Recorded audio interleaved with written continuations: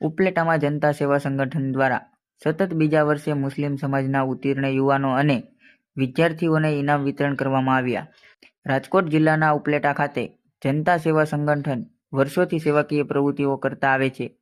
દર વર્ષે સામાજિક અને સેવાકીય કાર્ય કરતા આ સંગઠન દ્વારા સતત 2 વર્ષથી મુસ્લિમ સમાજના ઉત્તીર્ણ થયેલ વિદ્યાર્થીઓને તેમજ વિવિધ ક્ષેત્રમાં સિદ્ધિ પ્રાપ્ત કરી સમાજને અને પરિવારને ઉજાગર કરનાર તમામ યુવાનો, બાળકો અને બહેનોને શિલ્ડ અને ઇનામ વિતરણ કરવામાં આવે છે.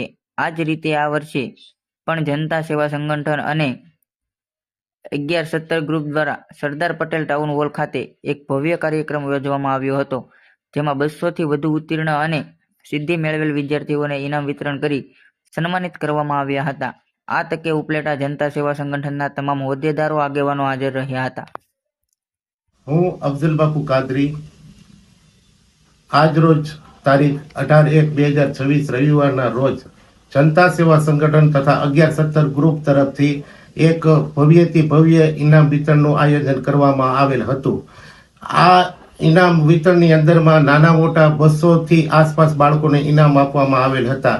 જે પ્રોગ્રામ બહુ શાનદાર કરેલ હતો. આ પ્રોગ્રામને સફળ બનાવવા માટે 12 ગામથી આવેલા મહેમાનો, ગામના આગેવાનો, સુધરાઈ સભ્યો, વેપારીગણ તથા જે કંઈ પણ ટીમે આમાં પ્રત્યક્ષ પરોક્ષ રીતે જે કંઈ પણ ભાગ લીધો હોય તે બધાનો અમે ખૂબ દિલથી આભાર માનીએ છીએ.